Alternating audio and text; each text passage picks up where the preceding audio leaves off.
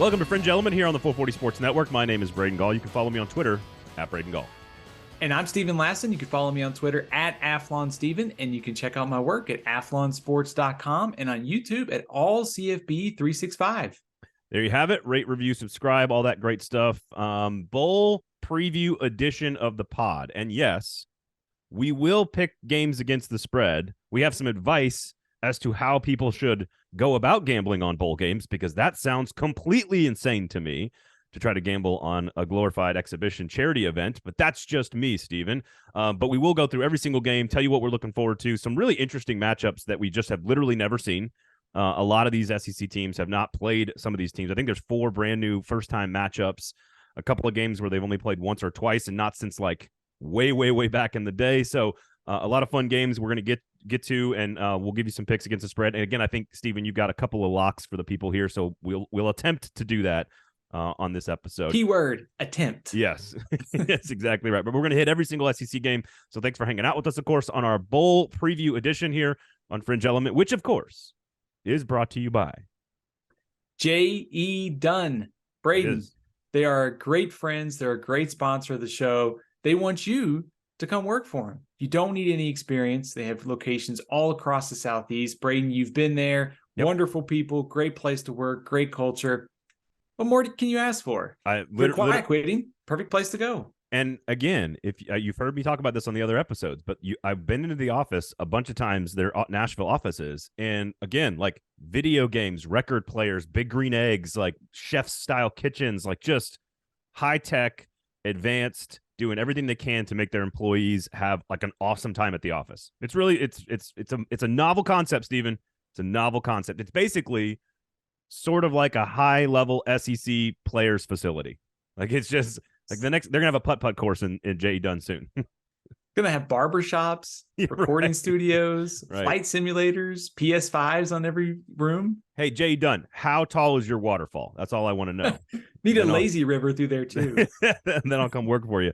All right, so before we get into all the games and all the matchups, which again I think are going to be quite fun, my first PSA to everyone out there is do not attach any value to the outcome for your program. If you win this game, it doesn't mean you're going to have, there's no data that indicates if you win your bowl game, you're going to have a ton of success the next year. Or if you lose your bowl game, you're going to have a bunch of failures in the offseason. What matters is the practice time, the paycheck, and the travel that you get to sell to recruits, and like the experience and the fun and the gear and the swag. Just remember, enjoy them for what they are. Enjoy them for, in the moment, 3.5 hours of 4 hours of fun, maybe 4.5 hours of fun.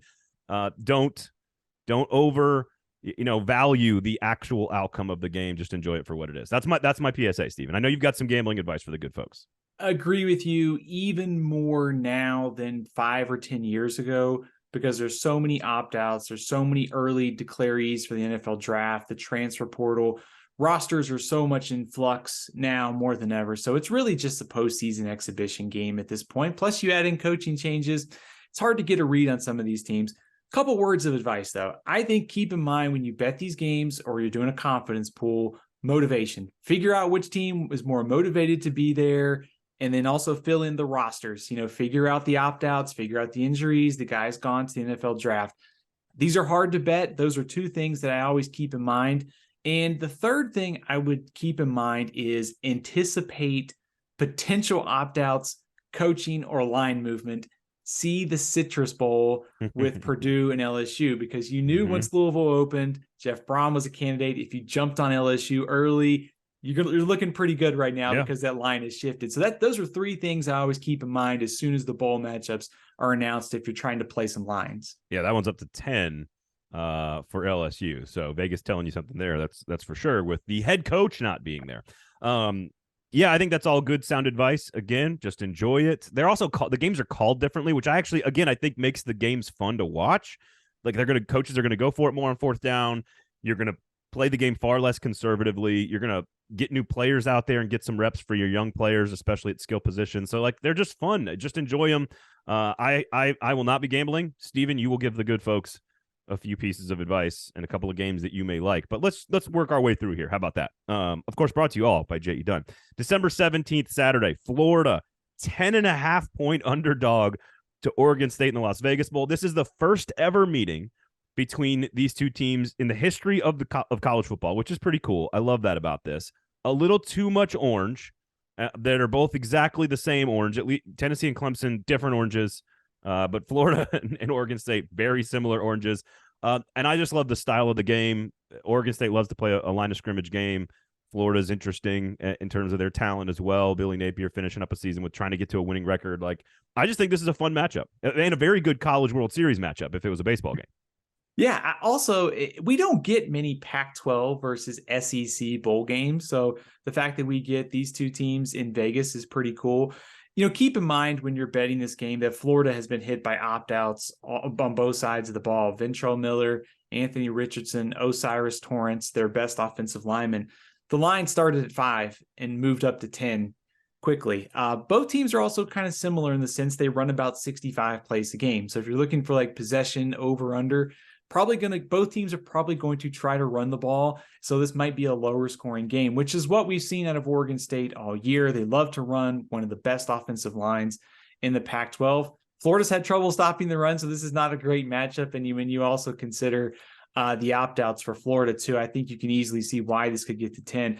But I do think at 10, I'm willing to take a chance on Florida covering that, even with the third string quarterback starting. I think that the pace and the style, they can keep it within striking distance. And Oregon State's not a great passing team either. So is this a top 3 pick though of your bowl games? Probably a stay away from me, I think. All right. Do you agree? Away.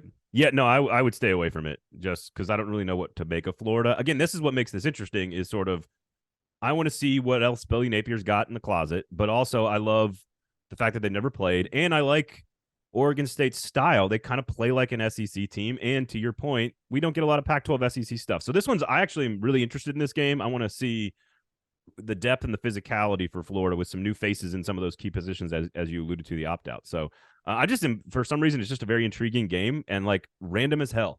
Yeah. Florida and Oregon State and Las Vegas, just random. December 23rd, I was shocked, Stephen, that Wake Forest and Missouri, December 23rd, Friday in the Gasparilla Bowl in Tampa. You should see the history of this bowl game in names. It's been Bitcoin, it's been Magic Jack, it's been Beef O'Brady's. Now it's Gasparilla Bowl. Yeah, how the crypto bros doing these days? If the any FTX Super Bowl ads come in this year? No bowl game sponsorship either yet. No. I was shocked that Wake Forest and Missouri had never played. This is a 1-point spread. I could not believe that these two teams had never played. I feel like Wake Forest plays so many SEC games in non-conference play, and especially with teams with black uniforms, but it's almost always been Vanderbilt. I just was shocked that these two teams had never played, and I guess I just hadn't thought about it, but could be fun. Yeah, it should be. I think the easiest way to describe this game is offense versus defense. You've got Wake Forest standout offense with Sam Hartman at quarterback, good playmakers at receiver. Missouri, one of the better defenses in the SEC. I think Wake Forest offensive line can be vulnerable to pressure at times. Missouri has been good at doing so. Also, Wake Forest defense really not great, and that could be good news for Brady Cook, who ended the season on a high note with a good performance against Arkansas. Dave Clawson is 4-2 in bowl games at Wake Forest, and the spread's hovering about 1-2 points. Keep in mind, Missouri will not have Dominic Lovett, the receiver. They do got Luther Burden, but they won't have Lovett. I actually like Wake here. I think this might be one of my better, more favorite plays here. It's only a point, and you're getting Sam Hartman potentially in his last game with Wake Forest. A lot of seniors have played a lot of ball for the Demon Deacon. So I'll take a chance on Wake Forest there as one of my smart plays of the week. So top 3? Think so. Top 3. Jay Jones smart play of the week. No, I do. Okay. I'm with you on that. A point. Clawson, like you said, good track record of playing well in these games. Again, motivation. I could see Missouri going one of two different ways from a psychological standpoint. Either they're super excited that they got to a bowl game and they let up and sort of exhale, or they're super excited they got to a bowl game and that keeps them extra motivated. So, like, again, it's impossible to know what type of Missouri. I mean, even when they were playing regular season games, it was hard to know what Missouri team was going to show up. You at least know what you're going to get with Wake Forest offense. So the most sort of like predictable commodity in that game would probably be Wake Forest offense.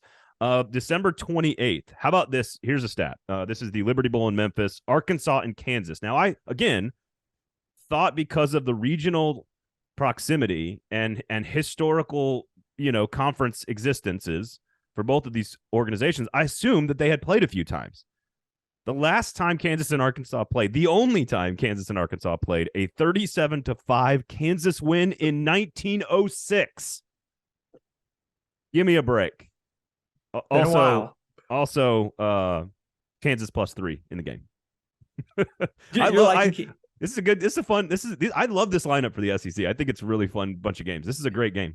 If you like offense, I think this game's going to have it. Yeah. Both teams are not great on defense. We know Arkansas has had issues all year defending the pass. I think the good news for Kansas is quarterback Jalen Daniels came back at the end of the season. He was not 100%. The extra time to get him ready for this game probably benefits Kansas.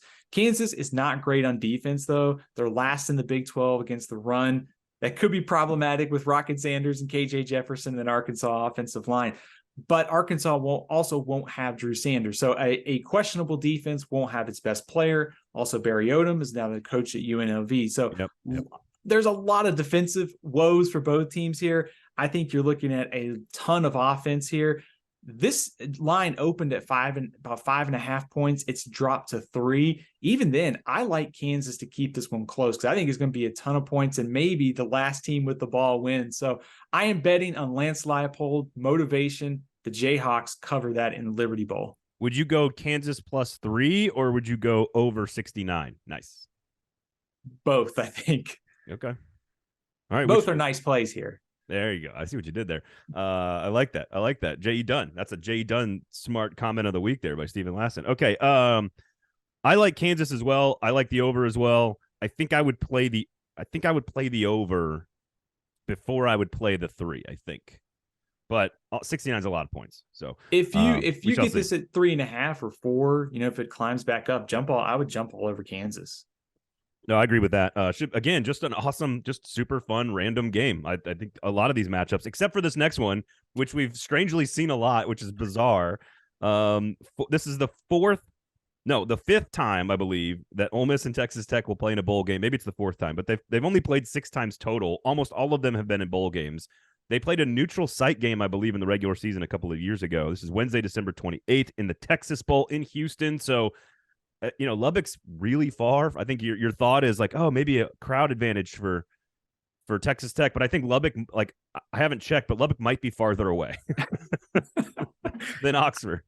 I think the only thing we can say for sure, offense. There's going to be a lot of points scored in this game. We know, like, the easiest way to sum it up is this game is probably going to get wild. If you like crazy bowl games and just want to put the TV on and have some good background noise, well, I think this one might draw you in because of the offense that's going to be scored.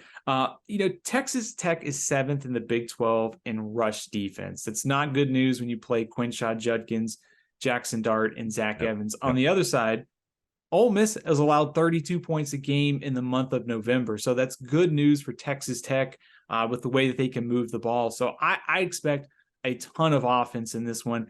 I lean Ole Miss to cover. It's about 3 or so. If it dips, below that, I like Ole Miss even more. If it goes a little higher, closer to 5 or 6, maybe you grab Tech in a high-scoring game. But I think Ole Miss, to me, is one of my smart plays for J.E. Dunn this week. -3, the total at 70, so even higher than the Kansas-Arkansas game. Ole Miss has won 4 out of 6 of these meetings, so they actually have done pretty well in this matchup. I'm with you. I like the Rebs. This is not one of my favorite plays, but I would take the Rebels here as well. I would take Kansas if I was going some direction. I don't know anything about the Florida-Oregon State. I would not touch that game at all, so I'm with you on stay away. I just did the quick research here. It looks like you have to take a far less direct route from Oxford, right? You got to go down to New Orleans and then you shoot over, I think, through I-10. But that's a 601-mile trip from Oxford to Houston, in case all y'all were wondering. 516 miles from Lubbock to Houston. A little bit more of a direct shot, though, but about the same distance. I wasn't too far off, but Lubbock technically closer, in theory, to Houston if you're driving. Okay, so I'll take the Rebels. Another game, just awesome matchup that you just haven't seen at all. December 30th on Friday, the Gator Bowl in Jacksonville, South Carolina, 2.5-point dog against Notre Dame. They have only played 4 times. Notre Dame is 3-1 in those 4 matchups. They have not played since 1984, though. Literally one time since I've been born, I'm 40 years old, has South Carolina and Notre Dame played in a game. So yet another totally random, bizarro matchup that just seems so much like it's just a lot of fun and why bowl games exist. Yeah, this one should be fun. I think the problem is in trying to bet it, I would stay away because we don't know about Notre Dame's quarterback situation. It looks like Tyler Buckner could be back for this game. Drew Pine transferred, Michael Mayer, Isaiah Foskey, both declared for the NFL draft. So Notre Dame could be down two of its best players.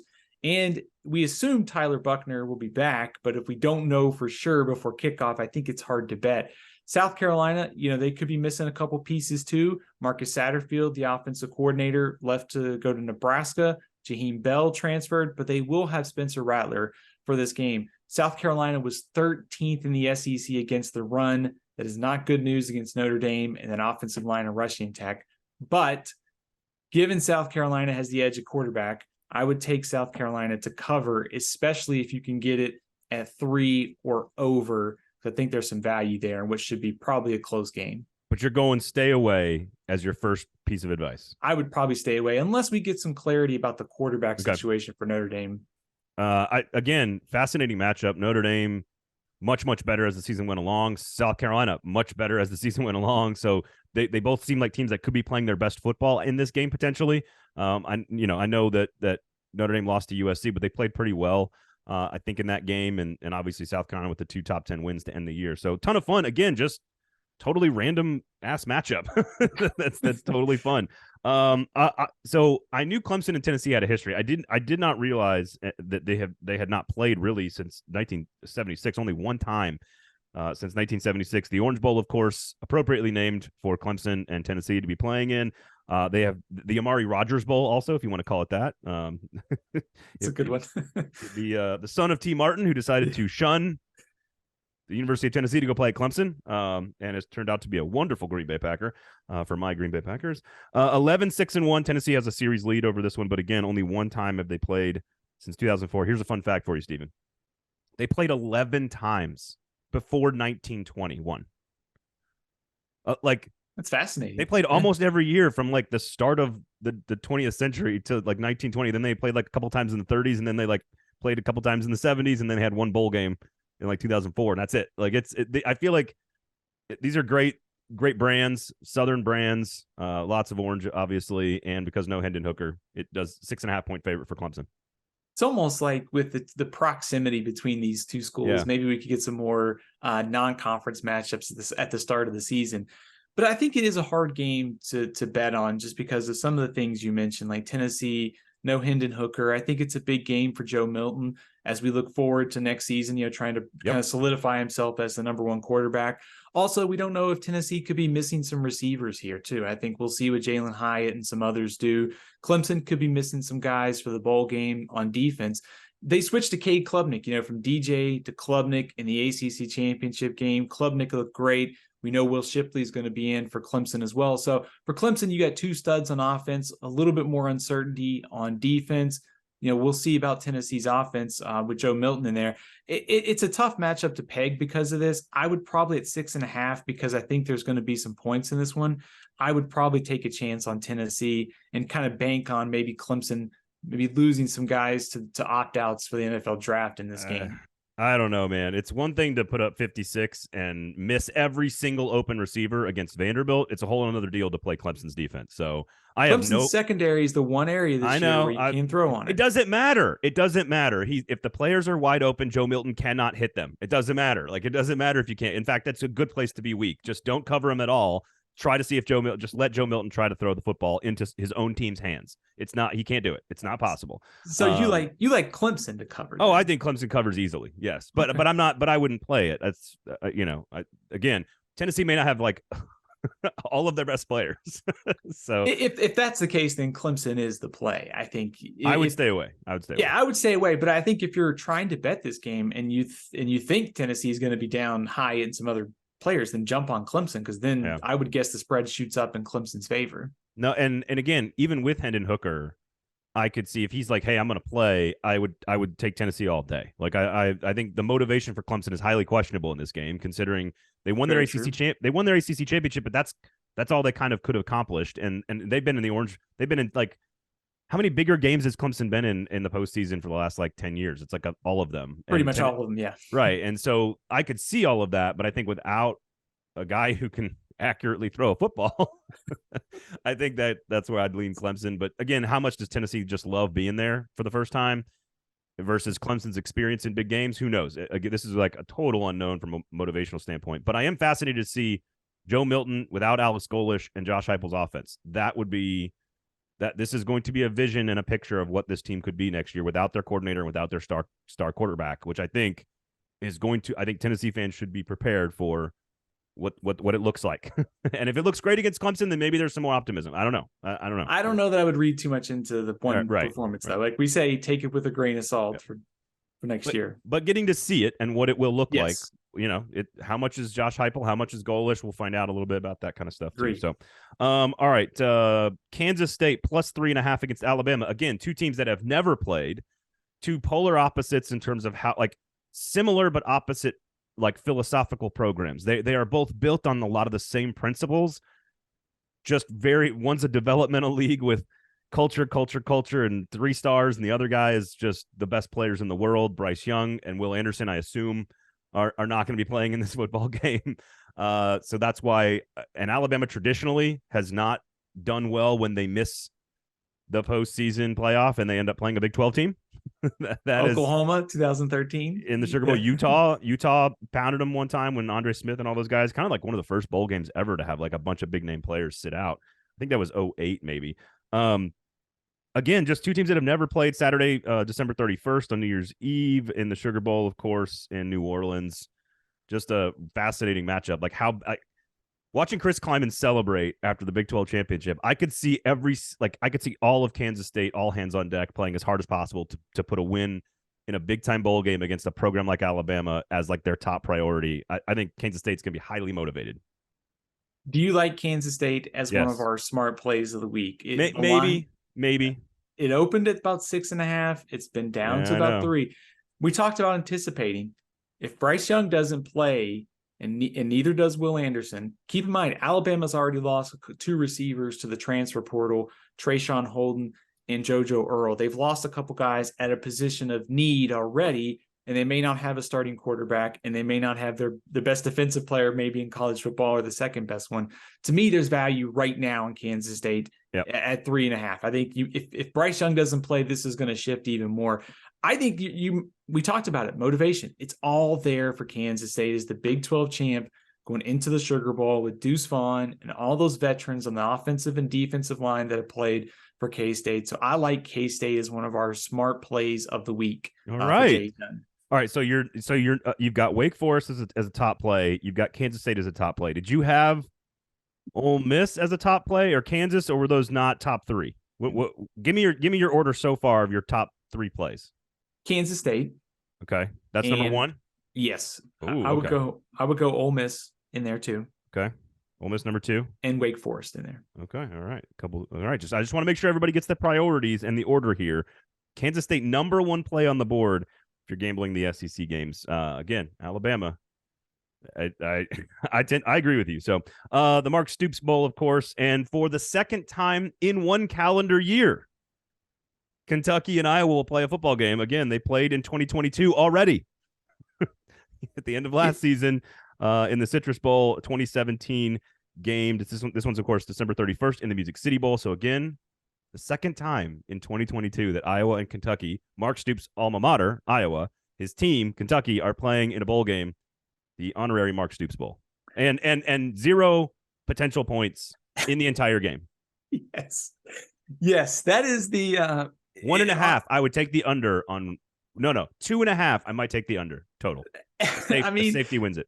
On one hand, we have Ole Miss and Texas Tech, which is just going to be wild. On the other hand, there's going to be a lot of punts and defense in Kentucky and Iowa. Keep in mind, Iowa's offense struggled all year. They're down to their 3rd string quarterback for the bowl game. They've had some receivers transfer. Kentucky doesn't have Will Levis. They don't have Chris Rodriguez. I just saw the total. Yeah, there's an interim offensive coordinator for Kentucky. 31.5. That is absurd. That is worse than all of the Big Ten West jokes we make all the time.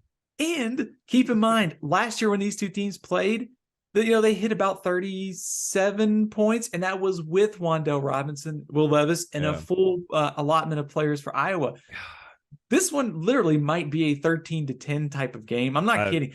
Go down. I have single digits for both teams.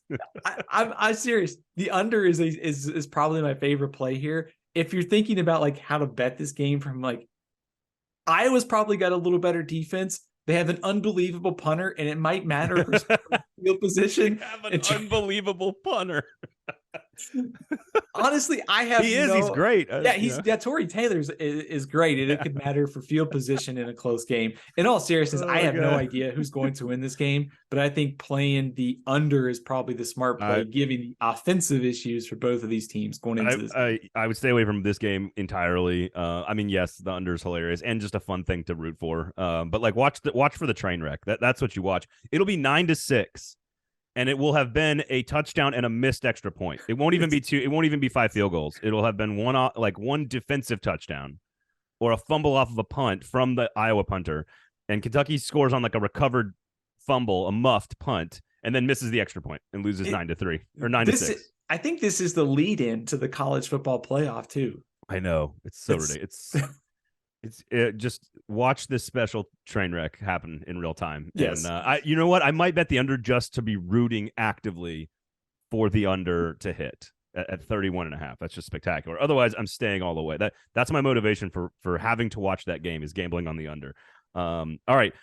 I'm just going to mention Ohio State, Georgia. It's not really a game we're talking about because it's not an actual bowl game technically. I mean, I know it is, but it's an actual football game. It's a championship game. That one is the December 31st. It's Ohio State plus 6.5. I did not realize that they'd only matched up one time in history back in 1992 in the Citrus Bowl. I would have sworn that, again, Ohio State and Georgia, like all these matchups, we would have seen them more often one time ever. So, frankly, for playoff purposes, again, I would hammer Georgia minus 6.5 right now. If you can get it there, if it goes up to 7.5, maybe you change your mind. But I'm not really asking you for analysis on this game. I'm just mentioning that it's a bowl game that exists in there. But really, it's a playoff game. So I think your assessment on the line is where I am too. I think if it's under a touchdown, I'd be willing to play Georgia. I think if it goes 7.5 or 8, I'm looking at Ohio State. But we'll have plenty of time to dissect this matchup. But I think watch the line movement on this one because that number is going to be key for me in terms of betting.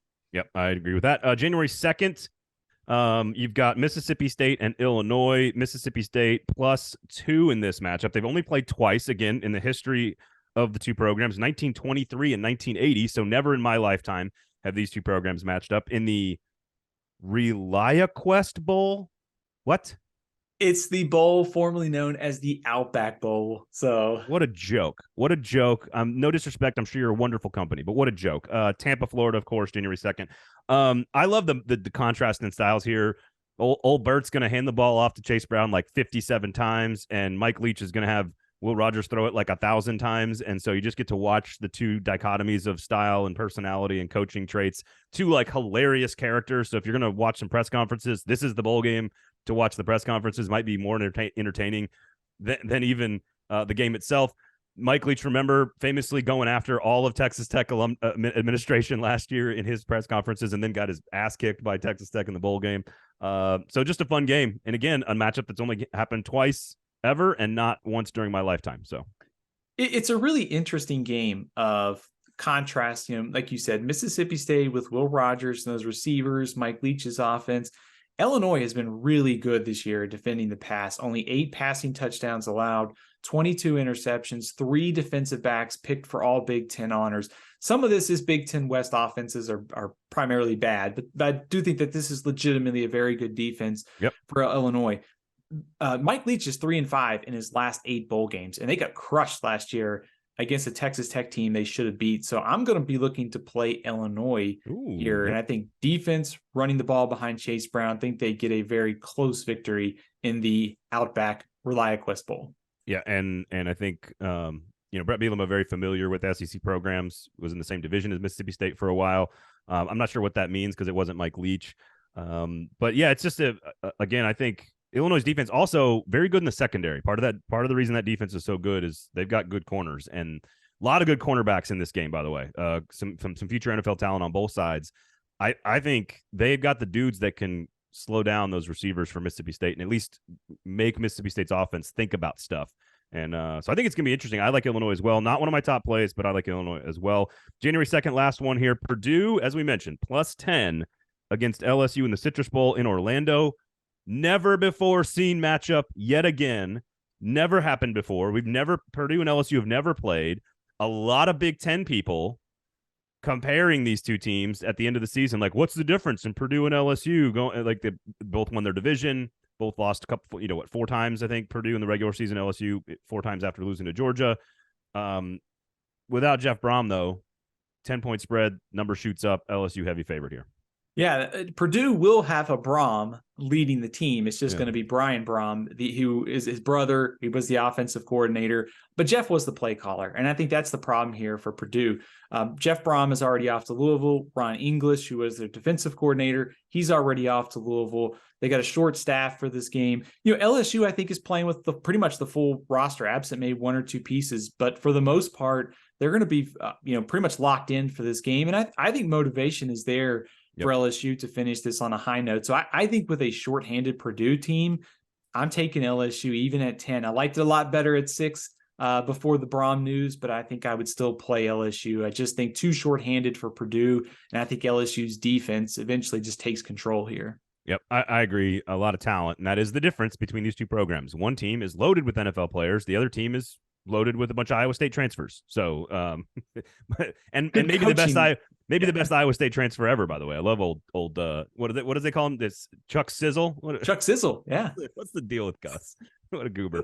I love it though. He's Charlie Jones, really fun player to watch for you SEC fans. The wide receiver for Purdue, really really good player. So he's fun to watch. The coaching issue's the problem there. All right, so give me your top 3 picks of all these games in order from 1 to 3. I think let's go with number 1 best bet, smartest play, jedunn.com. Check him out for a great career opportunity. J.E. Dunn, baby. 25 offices across the Southeast, top 100 healthiest place to work, $5 billion in annual revenue, and they care about your career as much as you do. What else do you need to know? It's like going to work for the Alabama of the construction world. Okay, that's what it is. Yes, but not in bowl games, but not bowl game Alabama, like real playoff Alabama. Right, and as your visit to the office showed, the SEC checks cleared with all the wonderful facilities they have. So if you're quiet quitting, this would be a good place to work. If you're looking for the top plays, I think let's start with Kansas State. I think let's anticipate some line movement because of the opt-outs potential for Alabama. I think the motivation is there for K-State as well. I'm actually going to go Wake Forest second. I think just if you can get a point or two in a close game. And at 3, let's go Ole Miss against Texas Tech. I think at 3, I like the Rebels there. If it goes a little higher, I think maybe you look at playing Tech because it could be a close game. Yep. But 3, 2.5, give me the Rebels. All right, Kansas State plus the 3.5 against Bama. We're going to grade you on these, Stephen. Wake Forest -1 against Missouri. And Ole Miss, of course, -3 against Texas Tech. I'm with you on Kansas State. That's probably my favorite play as well. Again, it's all about motivation, and I think Kansas State might be the most motivated team of any team we've talked about the entire day outside of the Georgia-Ohio State game, which would be my top pick. Georgia -6.5 would be easily because that's a more predictable football game because it's an actual football game. So, any others that you like? I mean, I do like, I think LSU, but at 10, I like LSU. I mean, I like LSU there, laying the 10. Pass rush can get all over Aiden O'Connell. I just think that's an advantage there for LSU. I stay away from a lot of this stuff, man. I don't throw a lot of money down on bowl games. It's very dangerous. Again, I would vote for fun. I would do fun stuff like take the under in the Kentucky Iowa game, and then take the over in Kansas Arkansas and Ole Miss Texas Tech just for fun. Like just maybe half a unit or whatever. Put it down on those and just be like, I'm going to watch this game. It's going to be very interesting, or it'll be either historically bad or historically good. We're not sure, and but just gamble on the badness and have some fun with it. Otherwise, J.E. Dunn top pick. I'm with you on Kansas State and Wake. Those two. I don't feel as strongly as much as you do about Ole Miss. I might like LSU more, but if I was going to go open up the app and place a bet right now, it would be Kansas State and Wake Forest. So I'm with you on those two. So we agree. This is why you listen to Fringe Element, of course, brought to you by J.E. Dunn. Stephen, where can the great people find you? You can follow me on Twitter at AthlonSteven, and you can check out my work at athlonsports.com and also on YouTube, all CFB365. There you have it. You can follow me at Braden Gall, at 440 Sports on the YouTube page as well.